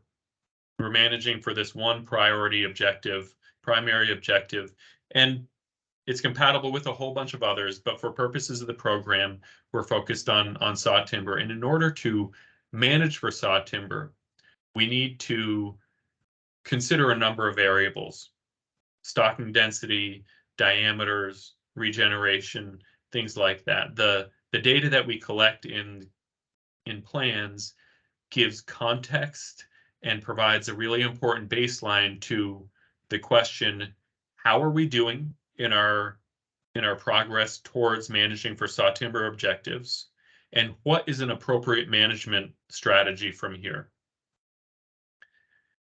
If we shift the management objective to reserve forest land, to old forest, then some of those productive forest land standards really remain the same. They remain extremely relevant. So what's the basal area? What's the density of trees? Talking about regeneration, and many of these are totally appropriate to be considering for old forest values and functions, but they're also incomplete. There are some really important characteristics of old forests that confer value and function that our current plan standards don't accommodate. And so the modification and addition of some of these standards are done to allow plans to do that, to help describe forests enrolled in reserve forest land, to contextualize their progress towards the old forest management objective, and also provide a really solid foundation to evaluate how are we doing over time in our progress towards old forest values and functions. So there are several standards here that require some new consideration, some new measurement, some new evaluation that hasn't traditionally been done when plans are being created for use value appraisal. I'm going to go through the standards, describe them, but some of them, like natural communities, forest weeded material, quantitative collection of regeneration, are not standard for every property. And so we're going to talk about some of the approaches that folks can use in developing a plan for reserve forest land. And then beyond that, I'll just give folks a heads up that we've got some dates set aside for some field workshops, one in the north, one in central Vermont, one in southern Vermont, where the county foresters are going to lead some workshops to touch on some of these methods to satisfy reserve forest land requirements. That'll be at the end of May, beginning of June, depending on the area. So I'm going to dive in. Reserve forest land, the stand delineation in reserve forest land is going to be somewhat parallel to productive forest land, except in reserve forest land, stands should be delineated by natural communities instead of timber type. And that's because natural communities are really about the trajectory of the species composition, where things are landing as they become old forest, whereas saw timber type is really about the overstory composition at the time as it relates to the species being managed for. So natural communities enrolled in reserve forest land should still be further delineated into stands where appropriate. And the stand definition remains the same. It's as it currently is, a group or groups of trees sufficiently uniform in age class distribution, composition, and structure, and growing on a site of sufficiently uniform quality to be a distinguishable unit. And so that still applies for this, even as we change our management objectives. So in terms of plan standards, for the significant and sensitive conditions, the ESTAs, special places and sensitive sites, and Site 4 lands, we're applying the same standards as we have. For steep slopes in inoperable areas, slopes greater than or equal to 35%, the acreage of steep slopes in inoperable areas must be provided in the plan. Just so you've got your stand description, you write steep slopes, provide an acreage. Otherwise, they don't need any unique stand description. The description of those areas are really going to be embedded in the description of the reserve forest land stand in which those steep slopes exist.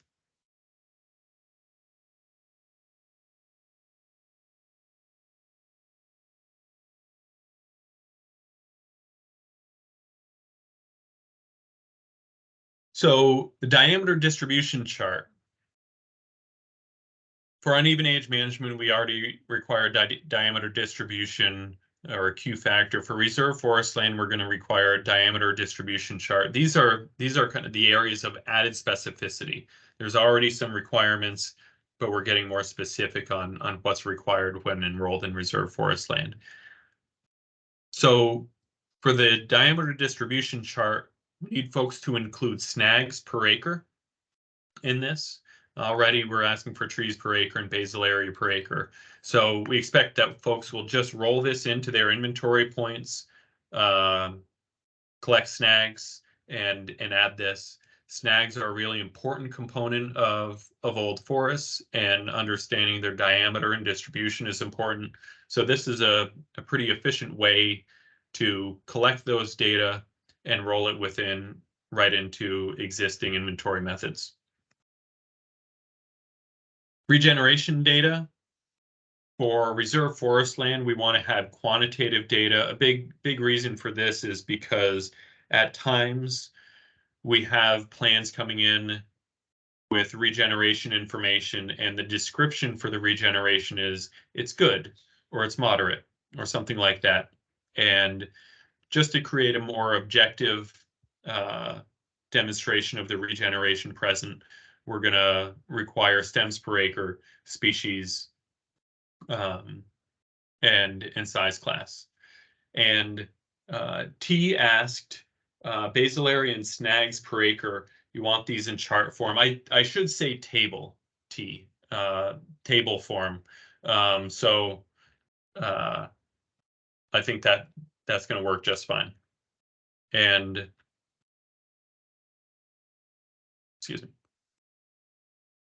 I've got a brief summary on a quick approach for regeneration data collection using mill-acre plots for folks who aren't collecting quantitative data frequently. Invasive plant description. Got a more structured approach for this as well.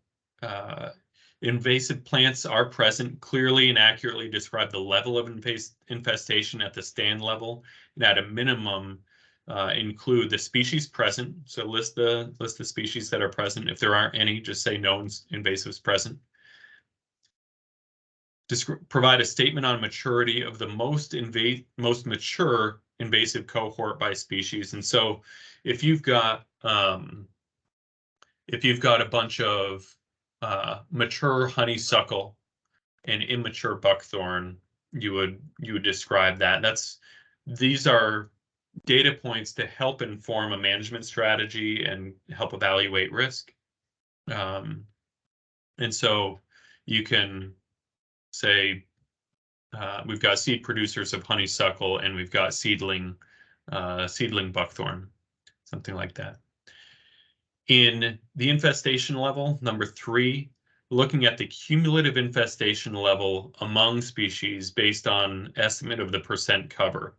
Light is less than 5%, medium is 5 to 20, moderate 21 to 50, and heavy is greater than 50.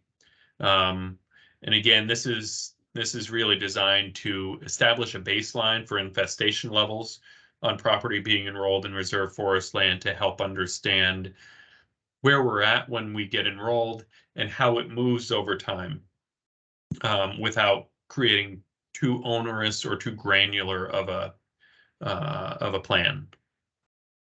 One approach that folks have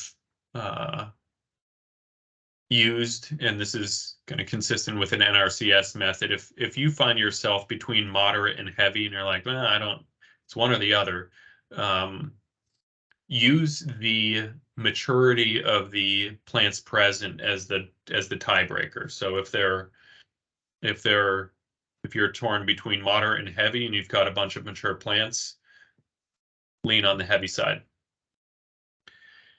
Number 4, distribution within the stand. Let folks or share if it's along the margins, throughout, or scattered pockets. Percent cover can be apples and oranges if the invasives are really dense along the margins, like along roads or streams or along fields, or if they're really scattered throughout.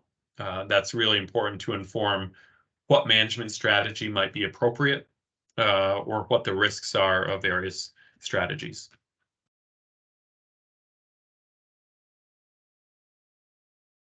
So some new stand descriptions that we're going to require. Natural community type of stand, so providing the natural community type likely suited to the site. Wetlands, Woodlands, Wildlands is a book written by Liz Thompson, Eric Sorensen, and Bob Zano. And Bob will be at each of the field visits and help folks navigate this. That I really encourage everybody to get a copy of this book. And we'll talk about that a little bit more in the next few slides. Again, steep slopes and inoperable areas provide the acres of land in the stand occupied by steep slopes or inoperable areas. If any are less than 35% slope, describe the conditions making them inoperable. I apologize. This is not something. Excuse me. I really apologize. That last sentence, I should strike that. Just provide the acres. Tree age classes, provide the number of age classes of trees present in the stand. So 1, 2, 3, 4 or more. That's just really helpful to understand the where we're at in our trajectory towards a diverse and mature forest condition. Basal area range, provide the range of basal areas found among inventory points. This is just another data point using existing stand data to help us evaluate just what is the level of complexity going on in this stand. New one, and I'll share this a little bit more in coming slides, and also we'll talk about during field visits in May, but providing deer browse index and deer browse pattern. There's an appendix in the standards at the very end that provides an index for a deer browse level, because deer browse in conjunction with invasive plants can have a real impact on native species, both of tree species and herbaceous species. Understanding this stressor can be really important to understanding the opportunities of accruing old forest characteristics, and also what the likelihood of success will be for various management strategies, because where deer browse is heavy, some strategies to advance accrual of old forest characteristics may be less successful. I've got a note here, focus on the condition of forest. That's the top row in the deer browse index table, and I'll show that in just a few slides. Deer browse pattern, ask folks to indicate if the deer browse is distributed throughout the stand or if it's localized.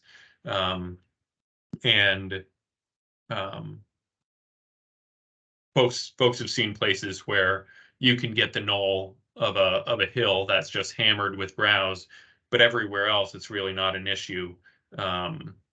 Just want to have folks indicating if it's distributed or localized. We've got a question, treat moose browse the same as deer browse?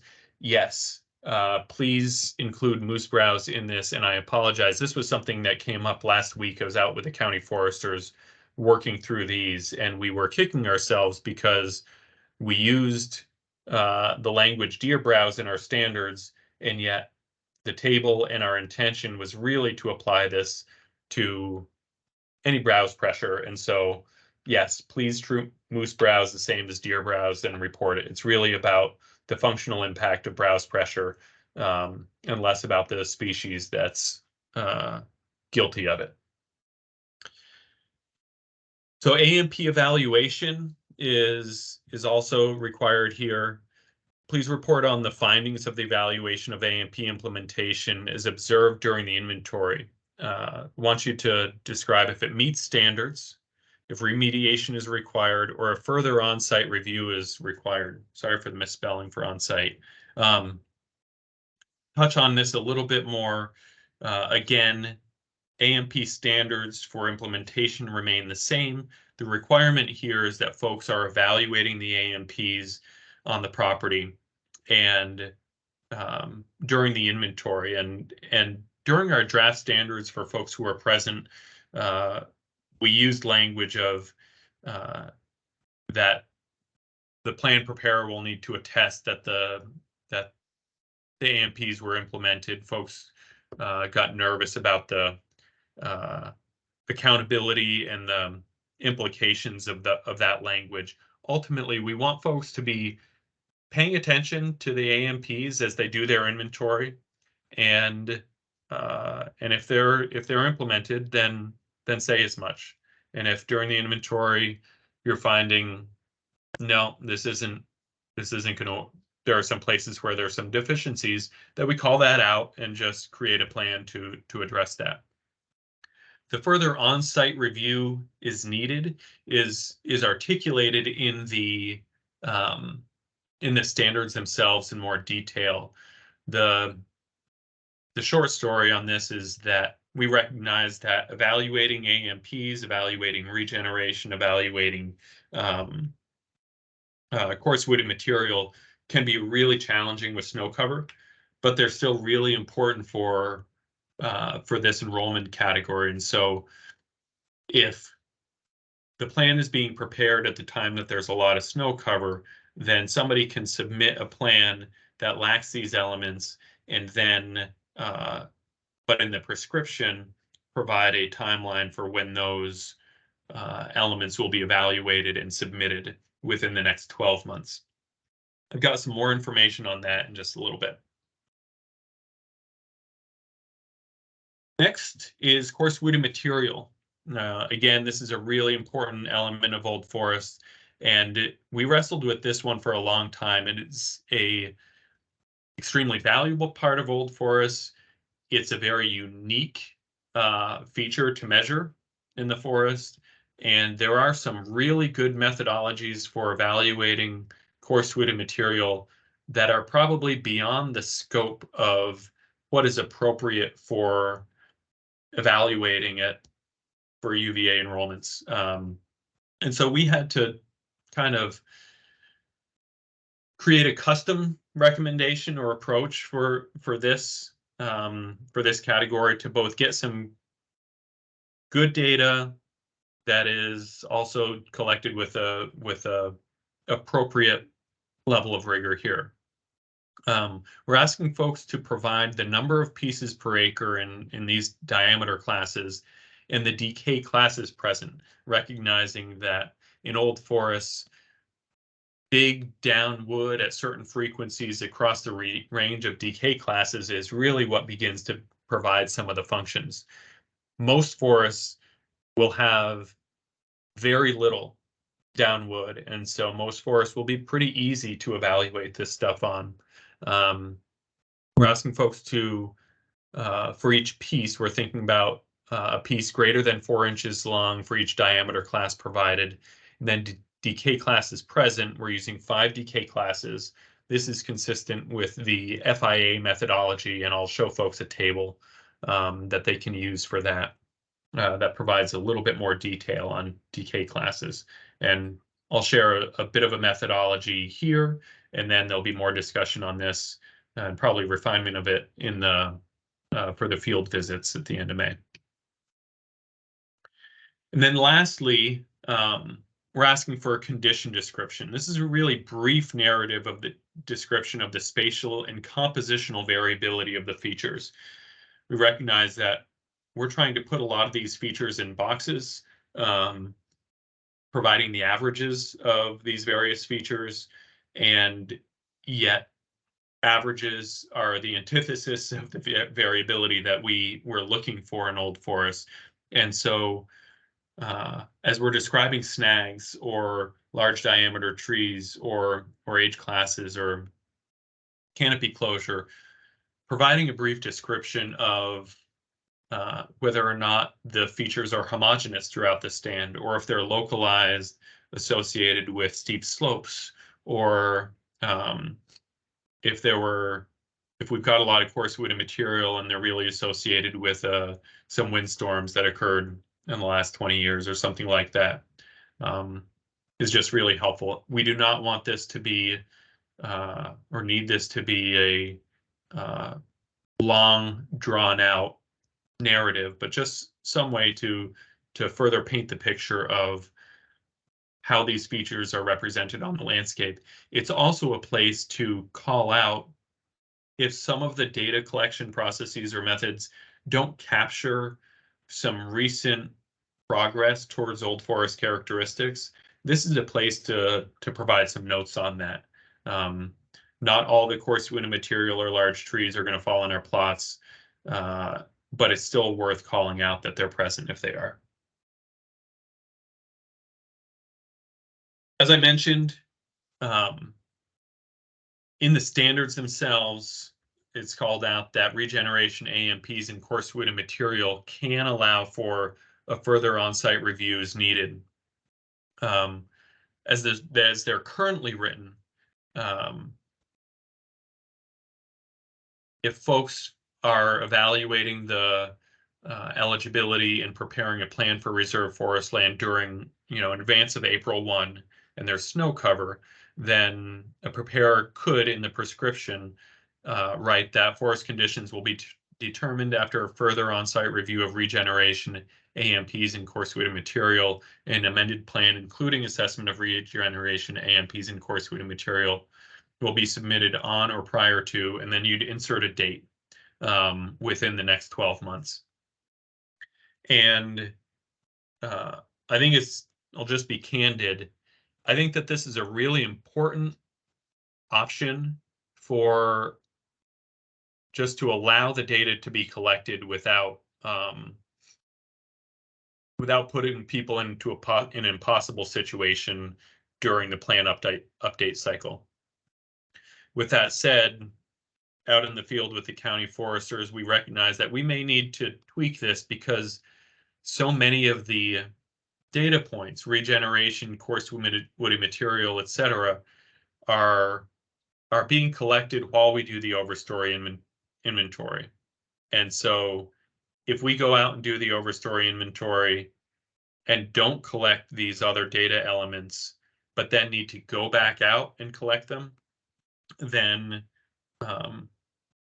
we're creating a really significant cost and time sink for cost for landowners and time sink for consultants. And we need to figure out how to balance that. And so while the standards haven't been changed, I'm appreciative that the snow is melting. We're not going to need to deal with this. And my hope is to clarify and adapt this a little bit before we get snow on, so folks have a clearer idea about how to approach this further review as needed section.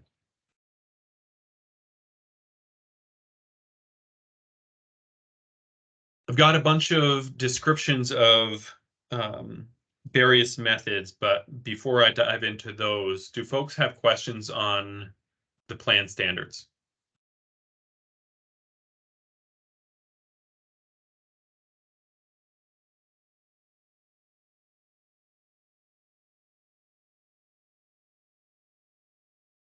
Given the time, I'm going to keep rolling and we can come back to any questions that come up. Natural community classification. So remember, we're defining the stands in reserve forest land by natural community. We've done this most in UVA by in the ESTAs, but this is not an ESTA level of detail as we define the natural communities. This is really a best professional judgment, and I think foresters are really well equipped to provide a good professional call on natural communities, and I think that'll only increase with the trainings that we'll be providing. The goal of this classification is really to understand what the likely forest successional trajectory is, to make a reasonable attempt at classification, and please know that even ecologists can find it difficult to determine natural communities for post-agricultural sites. At times where it may be a toss-up, if you have multiple potential community sites or community types, don't be afraid to offer those in the plan.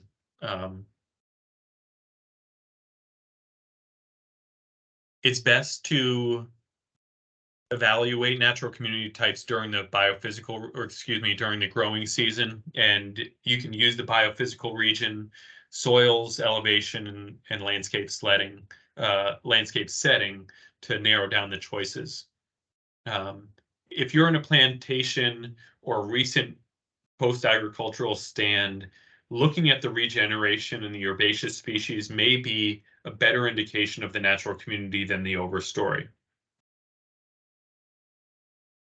In the book Wetland, Woodland, Wildland, pictured here, there's a quick guide at the very back of the book that can help you narrow in on what the options are. And so the quick guide will bring you largely using that top row. It's an upland forest, and it's one of these three formations, forest formations. You may find yourself selecting, okay, this is probably an oak, pine, northern hardwood formation. You go to page 70, and then it's going to list each of the natural communities and then describe some of the characteristics of those that can help you narrow them down. So there's a bit of a key in the book that can be helpful for folks. It's not the way that I've approached the book in the past. It was really helpful to recognize there's a tool that applies perfectly here.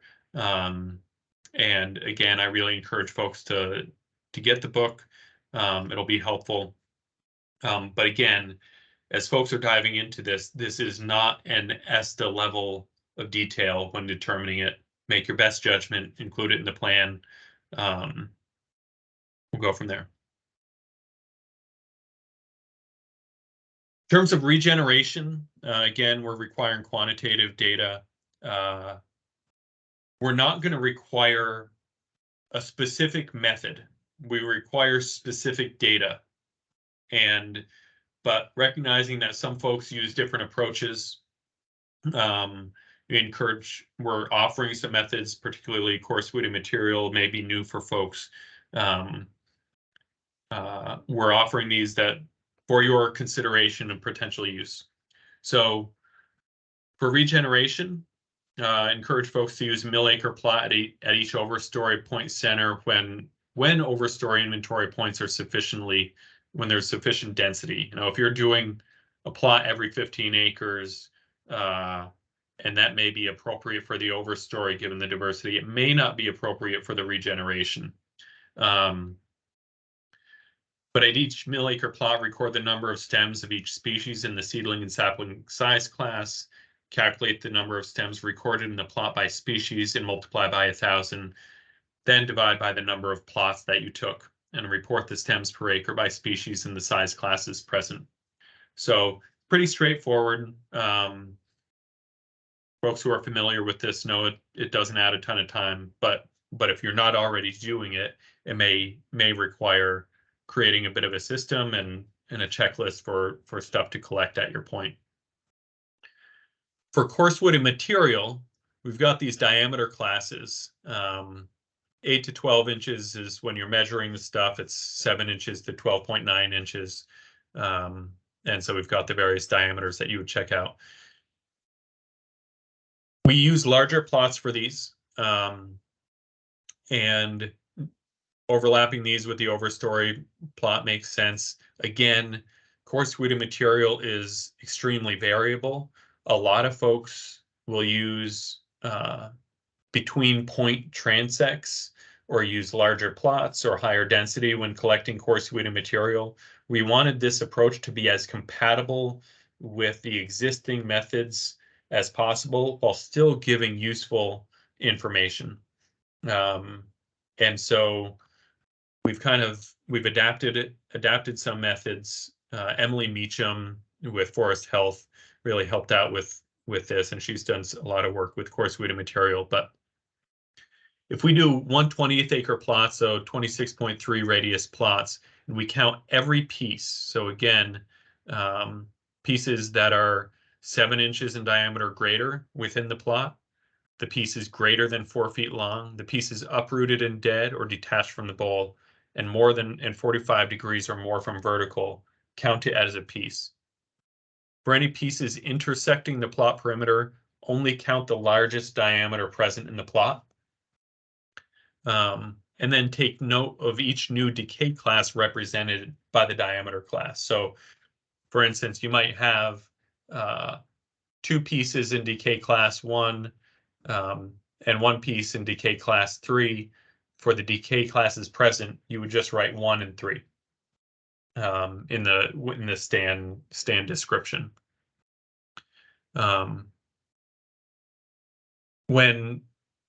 basically you, for the number of pieces per acre, you've collected the number of pieces by diameter class at each point, and then for each diameter classes, or for you add all the pieces counted in the stand, multiply by 20, then divide by the number of plots to get the average number of pieces per diameter class per stand. Again, the diameter classification table in the FIA methodology is really useful and helpful to apply here.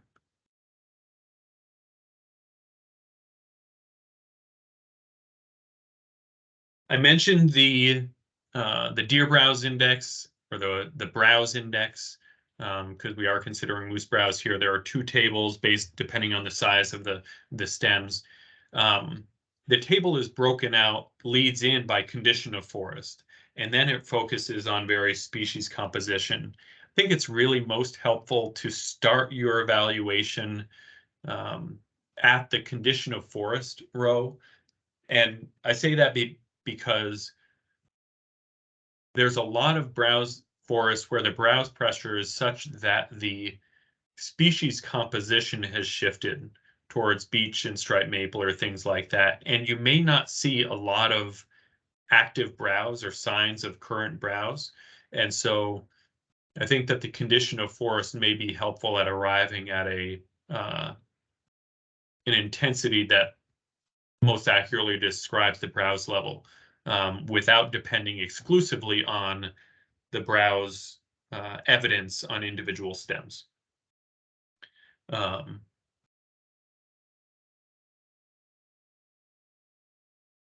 So those are some of the plan elements.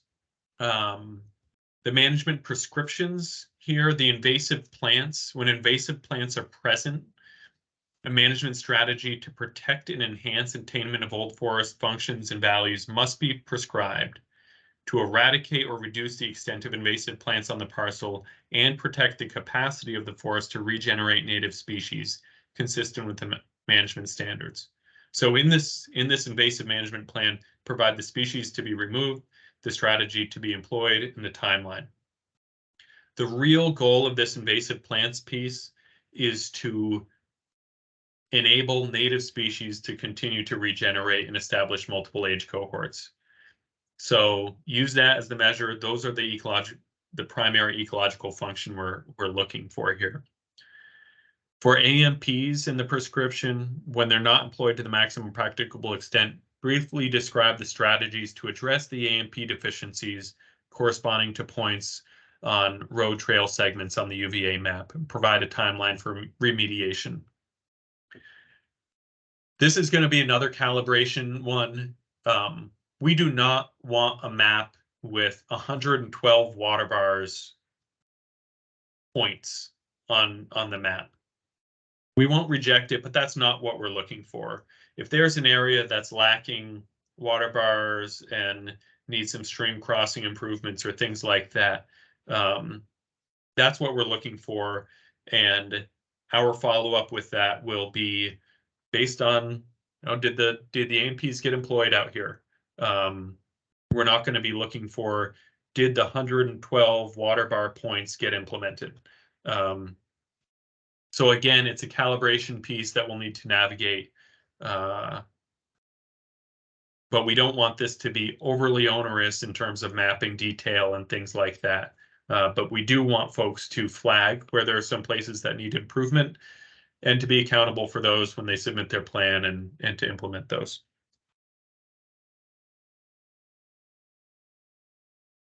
In terms of silviculture, the forest management that's prescribed, whether passive or active, must result in the accrual and protection of old forest characteristics, and they're listed here.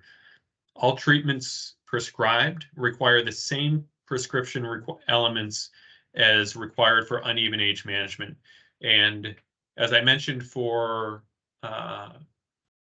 like the clear-cut example or things like that, retention targets may be required to ensure that these old forest characteristics are being accrued. If passive management strategies are being employed, it must be accompanied by a rationale for how the proposed management will successfully result in the accrual and protection of old forest characteristics.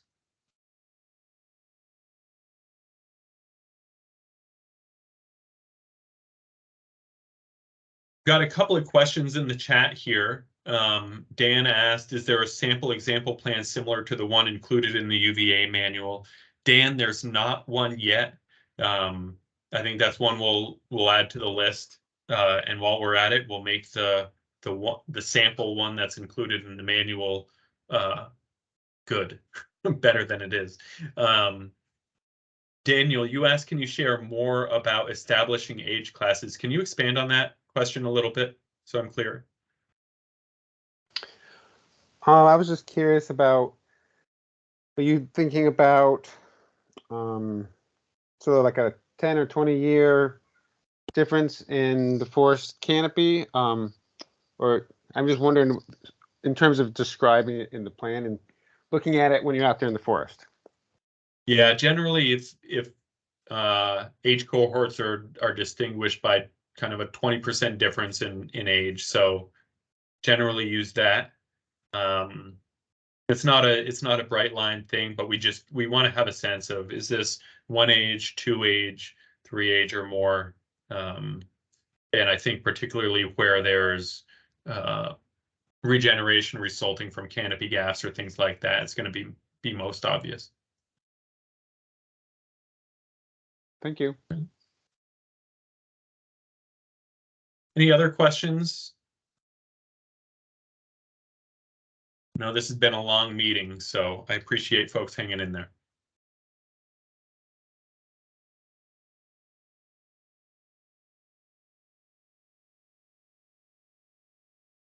Folks will ask, oh, Joe, you've got a question. Yeah, I'm just thinking about the submitting a plan under this category. And if a plan came in and said, geez, this is all pretty new to me and new to us, and what we want to do is sort of sit back and just see what the forest wants to do for the next 20 years, and then we'll decide what kind of management prescriptions we want to do. Is that acceptable? It is acceptable to the extent that that's not in conflict with the invasives, AMPs, or the required acceleration standards. So if there are no AMP issues, if there are no invasive plants present, if there are no monoculture stands, then the answer is yes. If any of those elements are present, then the standards get triggered and they must apply management consistent with those pieces. I really hope that we have a longer conversation with folks who are wrestling with that approach or considering that approach about what options might be most valuable. We know a lot about forests. We're really good at managing them, and those 20 years can be 20 years gained or lost depending on the strategy being employed toward certain characteristics.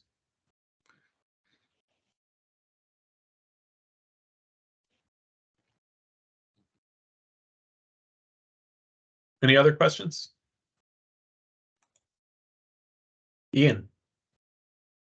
No question. I just wanted to say thanks. This has been really, really helpful. I really Okay. appreciate it. Well done. All right, I'm going to touch on just a few last things. Oh, Carbo, go ahead.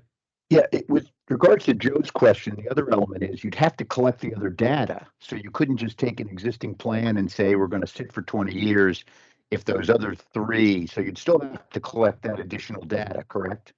Yeah, you always need to collect the data. You always need to provide a rationale for why the passive management approach is going to work. I mean, I think that's, I should have mentioned that as soon as you answered the question. So it's not enough to say, I'm going to wait and see. There needs to be a rationale that this strategy will in fact support accrual of these characteristics. And then, and this is something that we're going to need to navigate over time, is upon subsequent submission of plans. And this is one of the reasons why we were looking for some objective data collection and so on, that we are demonstrating accrual of old forest characteristics on subsequent submissions of plans, that we can demonstrate that this is working. At the same time, we recognize that it takes a long time for these characteristics to accrue, and they at times may not accrue at a pace that the resolution of our inventory stuff will really effectively capture. So we're going to need to navigate that. Thank you. Sure. All right, 3 minutes left. A lot of folks have had the questions of how do I get enrolled in Reserve Forestland? I think most folks on this call are consulting foresters, and it's pretty straightforward. You either do it during your update cycle, or you amend your plan and resubmit, and you just keep rolling with it. There are a lot of folks who are not involved in the program that are expecting they'll need to submit a new application, or it'll be a very involved process, application process. And it's pretty straightforward. It's either an update process or an amendment to the existing plan. No application is going to be needed. We will forward the maps to property valuation and review once we've approved the plan, and they will change the enrollment category. And lastly, Daniel, to your question, do you have the dates for the field days? So these are tentative dates, particularly the southern one. We're still trying to lock down some details. We will get registration out for these. So May 23rd, it's going to be Central Vermont, likely in the Washington County, Orange County area. Southern Vermont, I believe that's going to be in Windham County, and on June 6th in Northern Vermont. I think we're doing Orleans.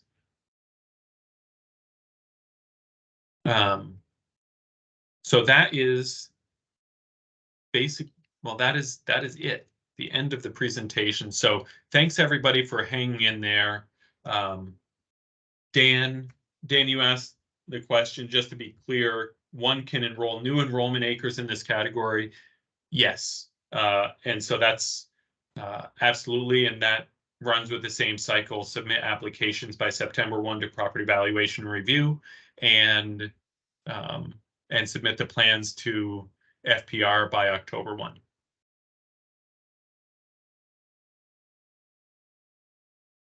With that, thank you, everybody. Again, we'll have more trainings on these. I'm going to be working on shifting into outreach to landowners on this stuff. I wanted to make sure that consultants got some training and county foresters got calibrated on this early on before really pushing on that part of it. Please let us know if you've got any recommendations for improvement on how to approach this. It's new for all of us, and we're looking to make it go as smoothly as it can. I'm going to stop recording. Thank you very much, all.